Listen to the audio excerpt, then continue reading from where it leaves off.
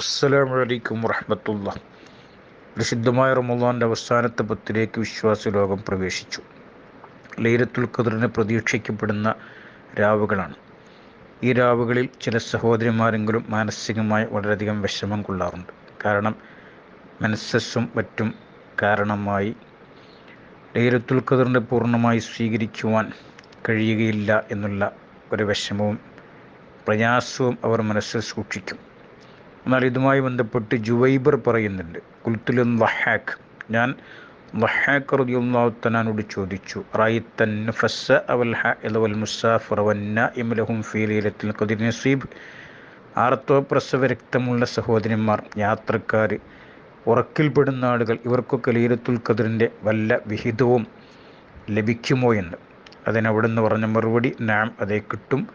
കുല്ലുമൻ തഖബ്ബലല്ലാഹു അമലഹു സയുഅ്തിഹി നസീബഹു മിൻ ലൈലത്തുൽ ഖദ്ർ. അല്ലാഹു സുബ്ഹാനഹു വ തആല ഈ പറയപ്പെട്ട വ്യക്തികളുടെയൊക്കെ കഴിഞ്ഞ ദിവസങ്ങളിലെ അമലുകളൊക്കെ സ്വീകരിച്ചിട്ടുണ്ടെങ്കിൽ തീർച്ചയായിട്ടും അതിനെ തുടർന്നുകൊണ്ട് ലൈലത്തുൽ ഖദ്റിൻ്റെ ഒരു പുണ്യം അവർക്ക് സമ്മാനിക്കുന്നതാണ് എന്ന് വളരെ കൃത്യമായി തന്നെ ബഹുമാനപ്പെട്ട ഇമാം ദഹ്ഹാക്ക് റളിയല്ലാഹു തആല പറഞ്ഞതായി കാണാൻ സാധിക്കും. ഇതിൻ്റെ അടിസ്ഥാനത്തിൽ നമുക്ക് ഈ വക തടസ്സങ്ങൾ വരാത്ത സമയത്ത് ഇബാദത്തുകൾ നന്നാക്കിയെടുത്തിട്ടുണ്ടെങ്കിൽ ആ തടസ്സങ്ങൾ വന്നു കഴിഞ്ഞാലും അള്ളാഹുവിൻ്റെ പ്രത്യേകമായ പരിഗണനയുണ്ടാകും. പ്രയാസപ്പെടേണ്ടതില്ല, വിഷമിക്കേണ്ടതില്ല.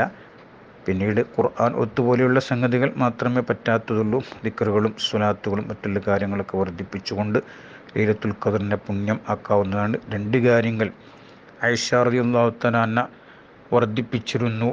ഒന്ന് അഫ്വ്, രണ്ടാമത്തെ ആഫിയത്ത് അഥവാ വിട്ടുവീഴ്ച, അള്ളാഹുവിൻ്റെ മഹത്തായ മാപ്പ്. ആഫിയത്ത് എന്ന സുഖസ്ഥിതി, എല്ലാ മേഖലകളിലുമുള്ള സമ്പൂർണ്ണമായ സുഖസ്ഥിതി.